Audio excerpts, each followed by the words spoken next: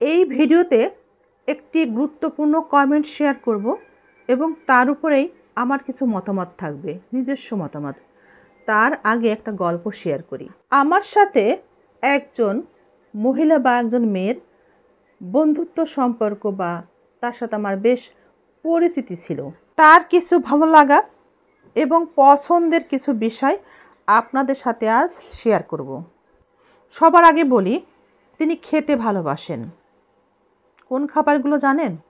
রেস্টুরেন্টের রান্না খাবারগুলো। তিনি বাসায় রান্না করতে পছন্দ করেন না।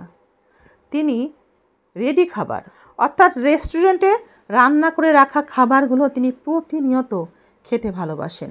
সন্তানদের জন্যে কিছু রান্না করলেও তিনি নিজে খেতে ভালোবাসেন রেস্টুরেন্টের খাবার। স্বাস্থ্যে ভীষণ ভালোবাসেন।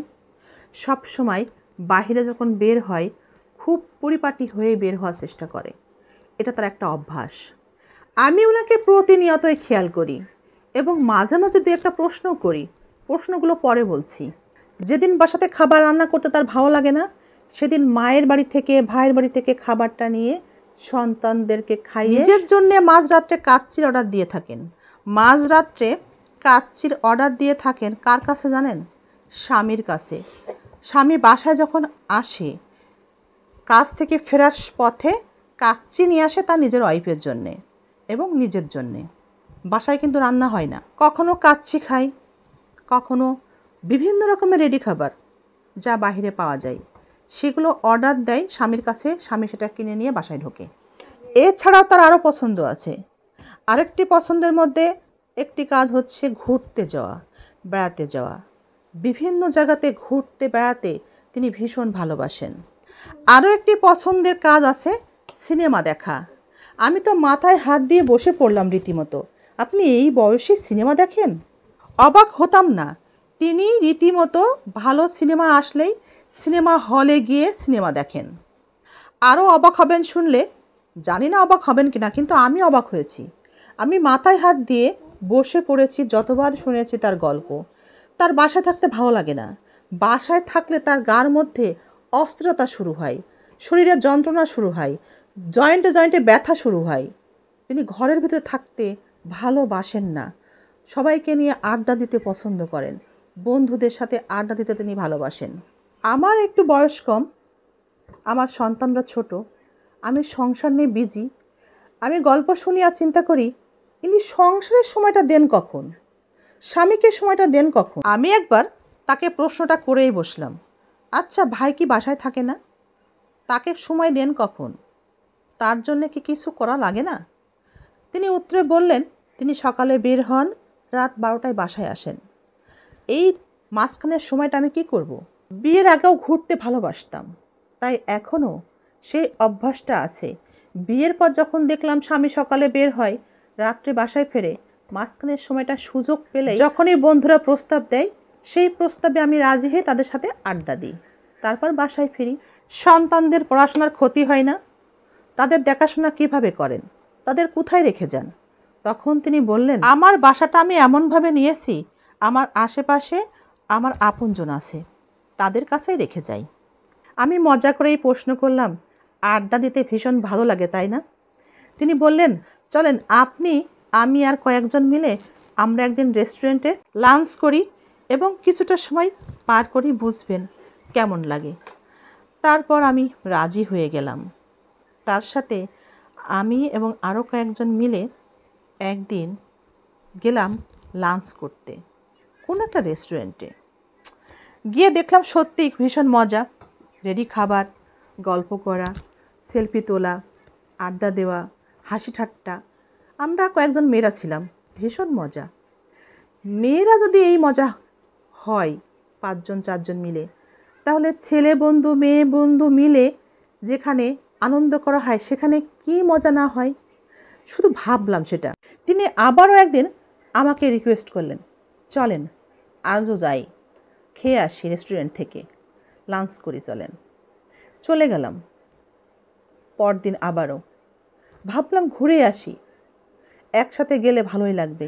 আমি রীতিমতো রাজি হলাম, ভাবলাম যাই ঘুরেই আসি। ঘুরে আসার পর আমি দেখলাম আমার এনার্জি পুরা শেষ। 2 দিন ঘুরেই আমার এনার্জি শেষ। তখন আমি চিন্তা করলাম, এখানে বসে রেস্টুরেন্টে খেয়ে গল্প করতে করতে আমি হাঁপিয়ে গেছি, আমি ক্লান্ত, রীতিমতো মাথা ব্যথা করছে আমার। ওখানে বসেই এত কথা, এত গল্প, এত হাসাহাসি, সেলফি তোলা, নানা রকম মজা। তাহলে প্রতিদিন যারা এই ধরনের আনন্দে মেতে থাকে তাদের কি মাথা ব্যথাও করে না? তাদের নাকি শরীরের ব্যথা কমে? আমার তো রীতিমতো মাথা ব্যথা করে। আমি মিলাতে পারছি না তাদের সাথে আমার বিষয়টা। আর আমার সাথে ছিল আমার 2 সন্তান, তারা তো ভীষণ ছোট, তারা রীতিমতো ক্লান্ত, তারা আর যাবে না। আর একটা বিষয় আমি ভীষণভাবে অনুধাবন করেছি, সেটা হচ্ছে অর্থ ব্যয় করাটা। প্রতিনিয়ত যদি রেস্টুরেন্টে খেতে যাওয়া হয়, আমি যে কয়েকবার গিয়েছি তাতে দেখেছি বেশ একটা মোটা অঙ্কের টাকা কিন্তু খরচ করতে হয়। সেই টাকাটা যদি রেগুলার খরচ করতে হয়, তাহলে যদি স্বামীর ফিক্সড ইনকাম থাকে, সেই স্বামীর পক্ষে ওই স্ত্রীর এভাবে বাড়তি খরচ বহন করা সত্যি কষ্টদায়ক। বাসা ভাড়া, সন্তানের লেখাপড়া, একটা খাওয়া দাওয়ার পেছনে, পোশাক আশাকের পেছনে, ঘুরতে যাওয়া, বেড়াতে যাওয়ার জন্যও কিন্তু নতুন নতুন পোশাক লাগে, প্রতিনিয়ত নতুন ড্রেসের প্রয়োজন হয়। কারণ এক ড্রেস পরে প্রতিদিন কিন্তু কোথাও বারবার যাওয়াও সম্ভব হয় না। নতুন ব্যাগ প্রয়োজন হবে, নতুন গেট আপ দিতে হবে, সব কিছু নতুন। জার্নি করতে গেলে কিছু যানবাহনের ভাড়া আছে, অর্থ ব্যয় করতে হবে। সব মিলিয়ে একজন স্বামীর কপালে যদি এমন একটা স্ত্রী পড়ে, বউ হিসেবে তার কপালে আসে একজন মেয়ে, তাহলে সেই স্বামীর যদি ফিক্সড ইনকাম থাকে, উপার্জন সীমিত থাকে, তাহলে তার সীমিত অর্থ দিয়ে এই ধরনের একটা মেয়েকে নিয়ে সংসার সে কীভাবে করবে? সত্যিই কঠিন ব্যাপার। স্বামীর অঢেল টাকা থাকলে কিন্তু কোনো ব্যাপার না, কিংবা বউ যদি চাকরি করে তাহলে কিন্তু কোনো ব্যাপার হয় না। কিন্তু একজন পুরুষ বিয়ে করে কেন? শারীরিক মানসিক শান্তি লাভের জন্যে। চাকরি করুক আর চাকরি না করুক, যদি একজন স্ত্রী এভাবে চলাফেরা করে, ঠিকঠাক মতো বাসায় ফেরে না, সকালে গিয়ে রাত 12টায় বাসায় ফেরে, রাত 11টায় বাসায় ফেরে, স্বামী কিছু বলতে পারবে না। স্বামী কিছু বলতে গেলে ডিভোর্স লেটার হাতে ধরিয়ে দিবে স্বামীর হাতে, কাল থেকে সে আর স্বামীর সংসার করবে না। কিংবা সকালবেলা ঘুম থেকে উঠে বাপের বাড়ি চলে যাবে, সেখানে গিয়ে ডিভোর্স লেটার রেডি করে স্বামীর হাতে দিয়ে দিবে এবং টাকা পয়সা সব কিছু ঠিকঠাক করে হিসাব কিতাব করে নিয়ে ডিভোর্স দিয়ে দিবে। ওই স্বামীর দরকার নাই, কারণ সে ওভাবেই চলবে। তাহলে এমন একটা মেয়েকে নিয়ে স্বামীর সংসারটা করবে কিভাবে? এখন একটা কথা বলি, আমরা অনেক সময় বলি না, মেয়েদের শত্রু মেয়েরা। এখানে একটা কথা আমি বলি আজ, ছেলেদের শত্রু কিন্তু ছেলেরাই। কারণ এই মেয়েগুলোকে যারা আগিয়ে দিচ্ছে, সামনে প্রশ্রয় দিচ্ছে, সাহস দিচ্ছে, সহযোগিতা করছে, তারাও কিন্তু পুরুষ। কোনো না কোনো পুরুষের সহযোগিতায় সে ঘর থেকে বের হচ্ছে, ওই পুরুষের সহযোগিতায় সাহস করে স্বামীর সাথে কথা বলছে, স্বামীর মুখে মুখে তর্ক করছে এবং স্বামীকে ডিভোর্স দেওয়ার মতো হুমকিও দিচ্ছে। মেয়েরা আজও একা একা চলতে পারে না, একা একা কোনো কিছুই করতে পারে না সাহসের সাথে। কোনো না কোনো পুরুষ তাদেরকে সহযোগিতা করে থাকে। মেয়েরা যখন চিৎকার করে সমান অধিকার, সমান অধিকার বলে, তখনও প্রত্যক্ষ বা পরোক্ষভাবে কোনো না কোনো পুরুষ তাদেরকে সহযোগিতাই করে। সমান অধিকার শুধু মুখেই চাওয়া, বাস্তবে পুরুষের সহযোগিতা ছাড়া কোনো মেয়ে সাহস করে কোনো কিছুই করতে পারে না। প্রতিনিয়ত অনেক কমেন্ট এবং গুরুত্বপূর্ণ মেসেজ পাই। তবে এক ভাই লিখেছে, বর্তমানে পরকীয়ার কারণে এত ডিভোর্স বেড়েছে আপা, স্ত্রীকে কোনো প্রশ্ন করাই যাবে না, 5টায় অফিস ছুটি, অথচ সে বাসায় ফেরে রাত 11টায়। এখন বাজে কটা, এত রাত পর্যন্ত কোথায় ছিলে?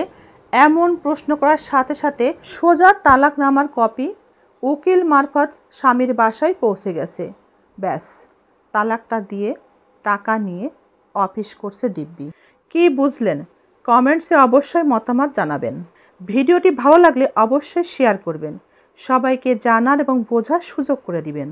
বর্তমান প্রেক্ষাপটে বিয়ে শাদীর ব্যাপারে আমরা আরও বেশি সচেতন থাকব, সতর্ক থাকব, যেন কোনোভাবে মানসিক এবং শারীরিক শান্তি থেকে আমরা বঞ্চিত না হই।